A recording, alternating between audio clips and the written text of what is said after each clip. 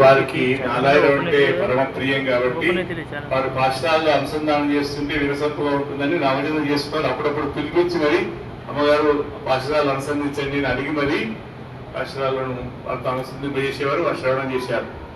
అలాంటి నాలాయుధ దివ్య ప్రబంధాల్లో ప్రధానమైన పెరియార్ యొక్క ప్రబంధం పెరియార్ తిరుముడి గ్రంథానికి రఘునాథాచార్య స్వామి వారు సాగిస్తుంటే ఒక కూలేసి స్థానంగా శ్రీభాష్య రచనలో కైంకర్యాన్ని అందించే శ్రీభాష్య శ్రీనివాసాచార్యులు గారు ఆ పూర్వాచార్యుల వ్యాఖ్యానానికి తెలియజేశారు. ఆ తెలుగు అనువాదంతో కూడిన వ్యాఖ్యాన గ్రంథం పెరియ తిరుమడి గ్రంథం ఆవిష్కరణ పెద్దల యొక్క సిహస్తాలతో ఆ గ్రంథానికి అమ్మగారి విషయంలో కృతజ్ఞతగా రాధిక గారు కైంకర్యాన్ని సమర్పించారు. జానకమ్మ గారు నిర్వహిస్తున్న సద్గ్రంథాధ్యయన గోష్ఠి పక్షాన ఆ గ్రంథం ముద్రింపబడింది. ఆ గ్రంథావిష్కరణ మహోత్సవం రేపు ఉంటుంది. అదొక విశేషం. సాతులూరు గోపాలకృష్ణమాచార్య స్వామి వారు రేపే వేయించేసి ఆ గ్రంథంలోని విశేషాలు కొన్నిటి మనకు అనుగ్రహిస్తారు. అలాగే వనస్థలిపురంలో ఉండేటువంటి హైదరాబాద్ లో కందాడ శ్రీనివాసాచార్య గారు ఉభయ వేదాంత విద్వాంసులు, వారికి పురస్కార ప్రదానం. సందూల రాఘవాచార్య స్వామి వారిని వారు గోపాలోపాయన పురస్కార గ్రహీతలు, పెద్దలు హైదరాబాద్ లో వేయించేసి ఉంటారు.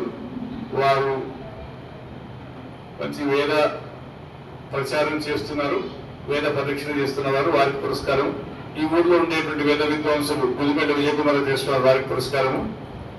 శ్రీ శ్రీనివాస్ ఈయనేంటంటే వేద పండితుడా, శాస్త్ర పండితుడా, ఉభయ వేదాంత పండితుడా, ఈ మూడు ఎట్లా ముఖ్యమో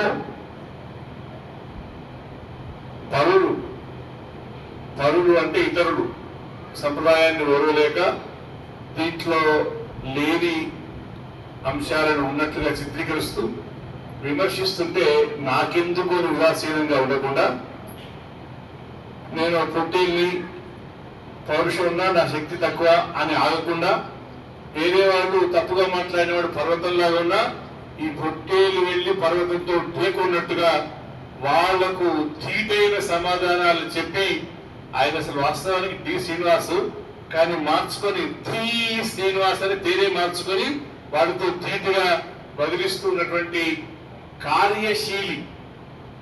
మాటల వరకే పరిమితం కావడం ఒక స్థాయి, కానీ కార్యరంగంలో దిగడం అత్యుత్తమ స్థాయి.